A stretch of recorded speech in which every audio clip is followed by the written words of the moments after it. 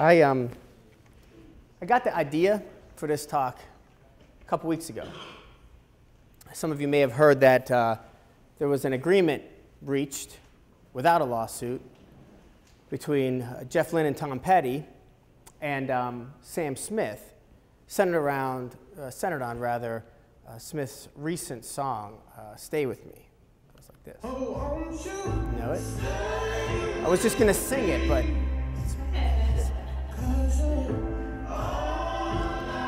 when my 15-year-old daughter first played this song for me, something was going on in my head. So I expressed to her, it sounded like another song I knew. And it was this song.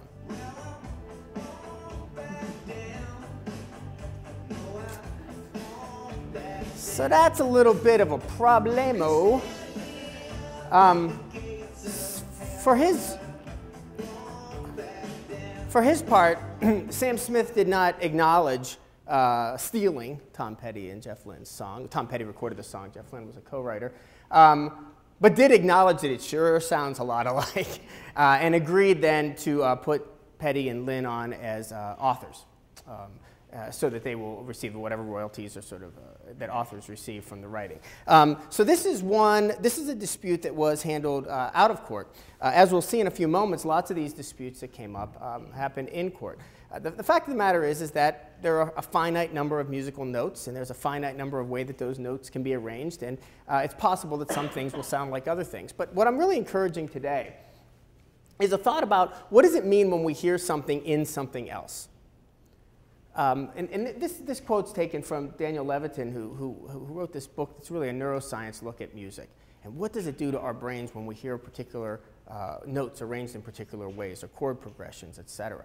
And he points out that it reminds us of other stuff, right? And so that's what we're going to talk about today, because this becomes relevant to modern music, the way sampling is used, mashups are used, and other types of things. And so that's what we're going to talk about today. But it's rooted in this foundation, or undergirded by the notion of ownership, copyright, intellectual property. Who owns, when I put those notes in certain arrangements and produce a song, I have the rights to that. So to what extent then can it be borrowed and changed in a small way or a large way and still be mine? What kind of credit should I get? So there's the legal aspect of it, which we'll come back to at the end of the talk, but also what I'm more interested in is the ethical, or even more the courtesy. Right? So we have these notions of lyrical references, direct references or allusions, and also musical allusions. So what I put up here, though, is a couple sentences from my book to try to make the parallel between doing this in music or in performing arts and doing it as a scholarly writing. All of you have been told that when you engage in scholarly writing, you're supposed to be thinking about what others have done and give them credit for those ideas, right? And so you come across a page like this, and there's footnotes in it, right? And if it's the e-book, they might be hyperlinked, but otherwise you're going to have to physically turn the pages to the back or look at the bottom if they're footnotes. And then they connect then to the sources. So the point is, you can read those sentences and get an idea of what they mean, and that's good enough. But if you want to dig deeper, if you want to know more, you dig into the references, you dig into the footnotes or the endnotes, or you go look at the sources, and it becomes richer. So it works on multiple levels. And so what I'm suggesting here is that the same thing happens in contemporary music. You can just groove on the songs, or you can unpack them a little bit and figure out what the references are going to mean. Simile is used a lot. Got the moves like Jagger, right? Or I'm going to throw you like Michael, you know? I want to kiss you like Prince, right? We're going to get it on like Marvin Gaye. And now the fact of the matter is that most teenagers listen to this song, they should know Michael Jackson. They might know Prince. They probably don't know Marvin Gaye. They definitely don't know Donny Hathaway. They probably think they're talking about Anne Hathaway, which then the song doesn't even make any sense at all, right?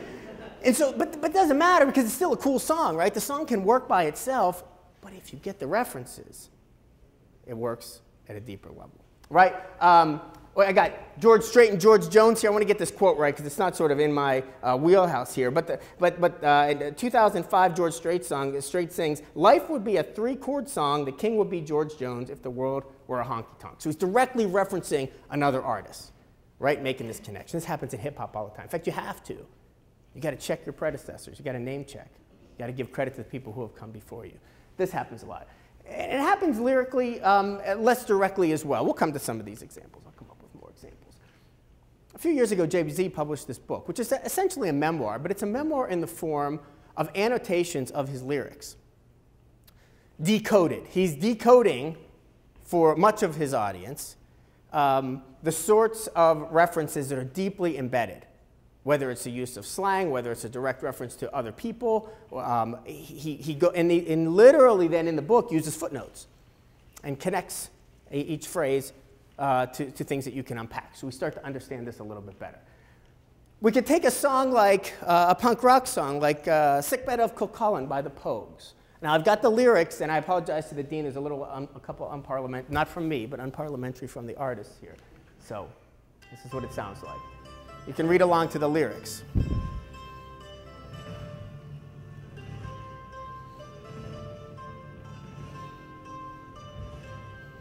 McCormick and Richard Tauber are singing by the bed. There's a glass of punch below your feet and an angel at your head. There's devils on each side of you with bottles in their hand. Give one more drop of poison and you'll dream of foreign lands. When you kiss this song in Frankfurt, I'm gonna sit there and call.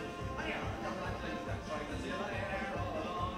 Frankfurt, I bought you whiskey and a rattle in with drink. And you take some fucking black shirt who was cursing all the years.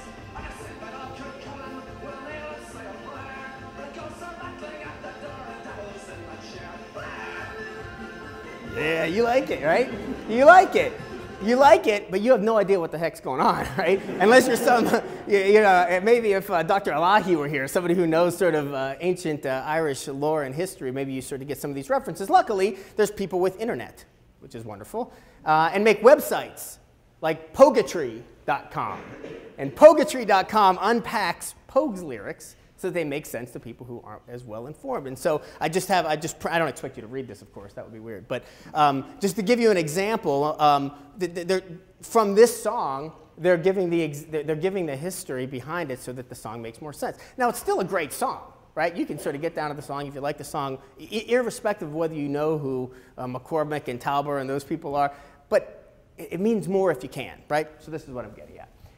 Contemporary artists did not invent this. In classical music, the leitmotif is a technique that's used still. It's been used for centuries to take music and embed it with meaning and then use that same music later to bring forth that meaning. So if you're a fan, for instance, of like modern musicals, Les Mis or something like that, or Andrew Lloyd Webber musicals. This will happen a lot, right? There'll be a really important song sort of early in the show, and then they'll take that exact same music, use it later in the show, but maybe in a different context with different lyrics or whatever. But what happens is that your brain brings with it all the stuff that happened when you heard it the first time, right? And so, in a way, this is what sampling is. If I go back and pick a song from another era, or even maybe it's not another era, just another artist, when you first experience that song, or the context in which you experience that song, comes with you to the present when I use it the next time.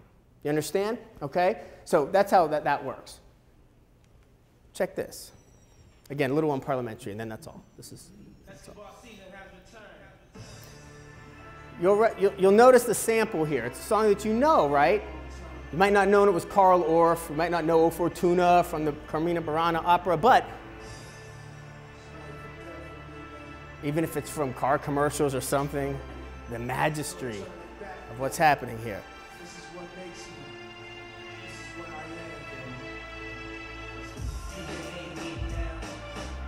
am. Right? So the size, the majesty of this epic battle, right, that's happening in Carmina Burana comes forward to Nas being mad at people who are mad at him, right?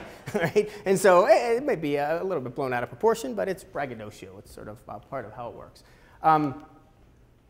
Rufus Wainwright does this in sort of a different style. What's this?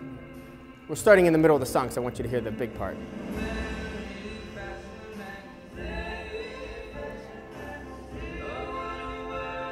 So you may start to hear parts of Ravel's Bolero.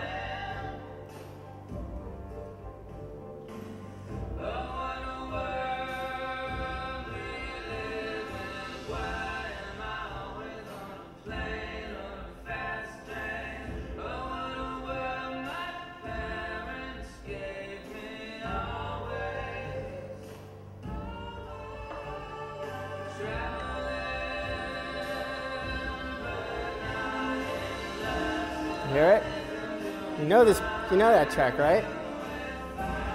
Okay, so then he makes it his own, right? Sorry, get there in a second. He makes it his own, right? But uses, now I know, although I had a hard time documenting this, but I remember seeing Rufus Wainwright in concert on this album tour, and he made a point of saying that he had to spend a lot of money to get the rights to use that piece in the album. He spent, so he did. I don't know whether Nas paid Orff's estate or not to use his, but Rufus Wainwright made sure to do that, and it was sort of an important thing because it was important for him to build in that way. Now, a couple things I want to point out. You might not understand why. Do you see what this picture is over here? Wizard of Oz? Right? The reference here is that Wainwright got a lot of layers happening here, which is appropriate given that that's how his music is structured. The title of the song, Oh What a World, that's what the Wicked Witch of the West says as she's melting. Like, oh, what a world, which is a really interesting thing to say while you're melting. I mean, I'm not sure that would come up. But so he brings that with him. And of course, that ties into his sort of fascination with Judy Garland, where a few years ago he recreated her 1961 concert at Carnegie Hall and did a series of performances and an album. But it also sort of works fine with what he's trying to do here, bringing in these notions of classical music and transposing that against this emotion that he's trying to bring forward. So that's interesting.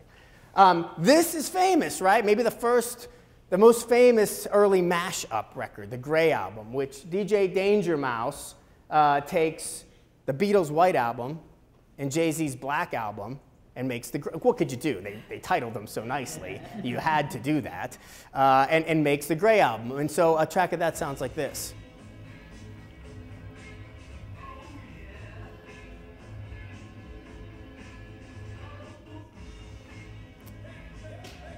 Savory truffle, right, and white onion with encore.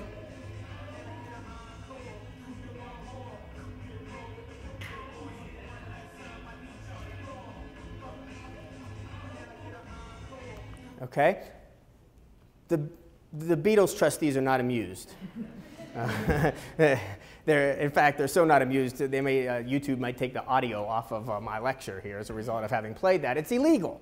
Right? I mean, because he didn't pay for any rights to anything, he just did it, put it out there on the internet, people download. He didn't charge for it, but nonetheless, it's illegal. But it starts this sort of trend, and then we get a couple of years ago, we get these two cats from, I don't know, from Ohio or something. No, I think that they were, though. It wasn't a slight on them. Where they take the Wu-Tang Clan, the very popular and very influential hip-hop group, and do a whole album where they merge it with probably the most influential punk rock group, Fugazi. And they get Wugazi. And they call the album 13 Chambers, which is a combination of Fugazi's 13 songs and Wu-Tang's Enter the Wu-Tang, 36 Chambers, right? And it sounds a little like this.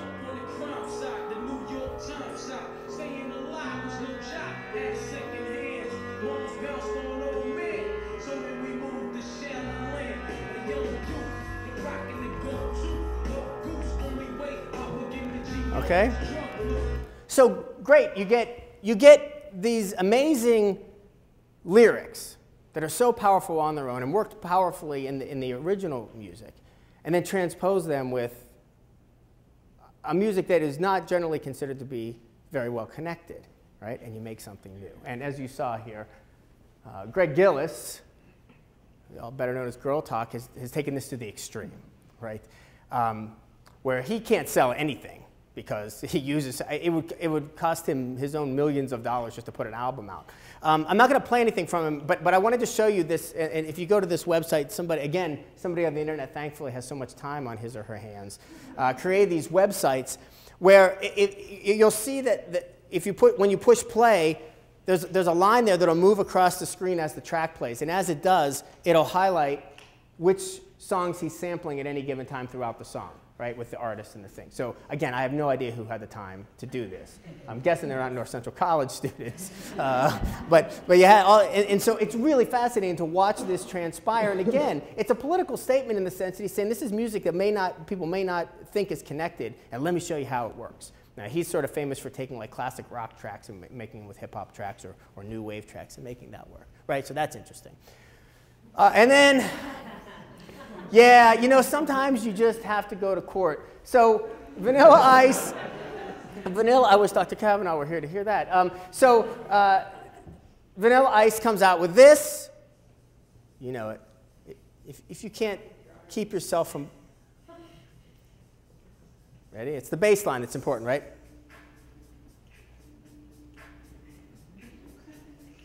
You know it? Yeah, you can't stop. Okay, yeah, of course you do. Of course you do.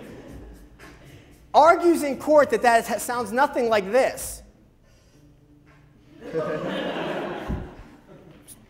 It's completely different, right? Completely different.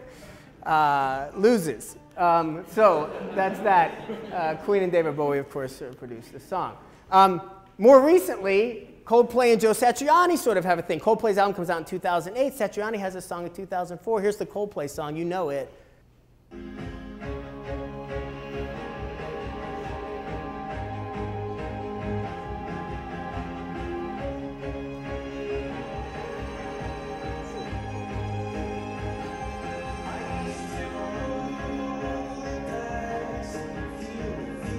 Okay, you know it, but it sounds like this. A little bit. Maybe a lot.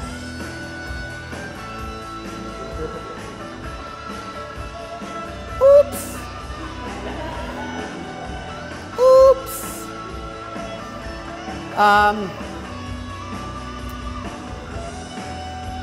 So anyway, the Merry Lads claim that they don't know what the heck he's talking about. They never heard his song before, but yeah, that's some kind of accident if you managed on that. And then, you know, you're my favorite date rape song. As we speak today, literally as we speak, I mean, at this moment, we're in the midst of what's already been a 2-week trial in California of Marvin Gaye's family arguing that Blurred Lines is too much like Got to Give It Up, right? And in some ways, thematically, there's some, it's called Got to Give It Up, right? But not quite as date rapey. Anyway, so that's happening right now. Again, they're not going to settle out of court. They're saying, no, it's completely different, and so that's it. But as I finish here, these are the blurred lines I want to talk about, right? You can't buy a segue that good. When is it a tribute? When is it a sample? When is it sort of paying homage? To what extent are these arrangements able to be owned, to be possessed, to not be transferred, to not be stolen, right? Who owns the sounds? How much can be used freely? How do you give credit? And then, you know, think about these tribute bands, right? You see them all the time. They're playing all around, and you got, you know, the Led Zeppelin tribute band, the Pink Floyd tribute band, and they're making money, right? They sell tickets at the door, they got cover charges, or the bars pay them or whatever, and they're playing all songs that aren't theirs. But they're not stealing them, it's a tribute band, right? And so what does that mean? What are the differences? And it gets a little bit tricky. So keep it in mind, think about the parallels between what we consider to be academic honesty, plagiarism, giving proper credit, and then pay attention when you're listening to your music to see where those are and where the opportunities are, maybe to dig a little bit deeper to add a little bit of richness to your listening experience. Thank you.